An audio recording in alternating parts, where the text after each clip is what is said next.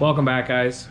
Thanks for checking out episode number 2, where I still don't really know what I'm doing. But today I'm going to introduce you to the 1979 Trans Am Firebird formula that I've been working on for a little while now. It started life as a 350 car. Came to me with no motor, no tranny, no interior.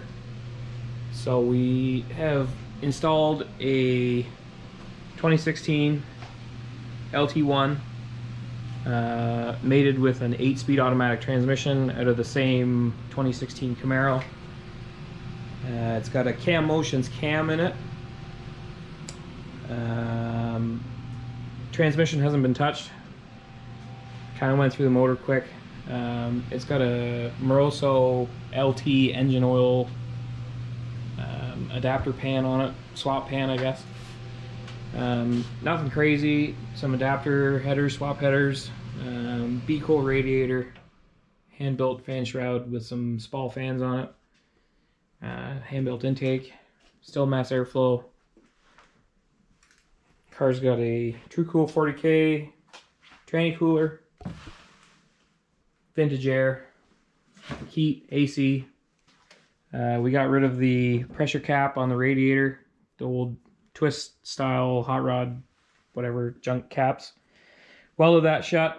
Went to a GM pressure cap expansion bottle type setup, just what this engine is native to, so why not keep a good thing.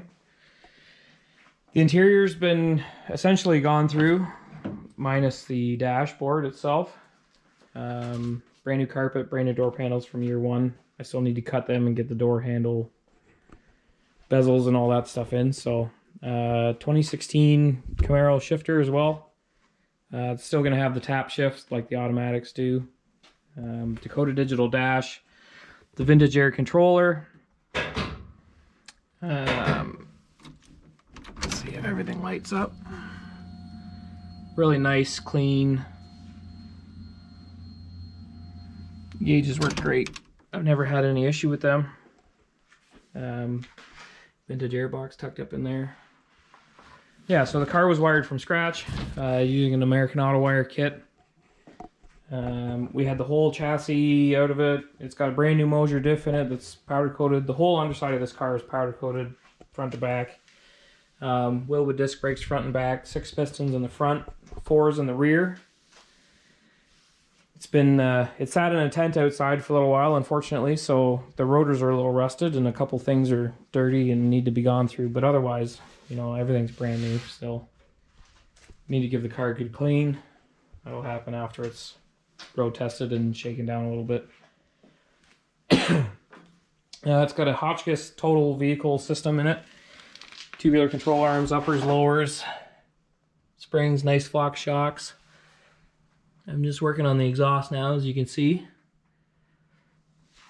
Frame connectors. We wound up putting a complete floor pan in this car, actually. It was kind of tough when we got it. And the idea was to leave the outside looking tough and original and kind of leave it as a wolf in sheep's clothing. We've got all new window seals, door seals, top to bottom, front to back, the whole deal. So this will be essentially a fresh, nice, really nice driver when it's all said and done.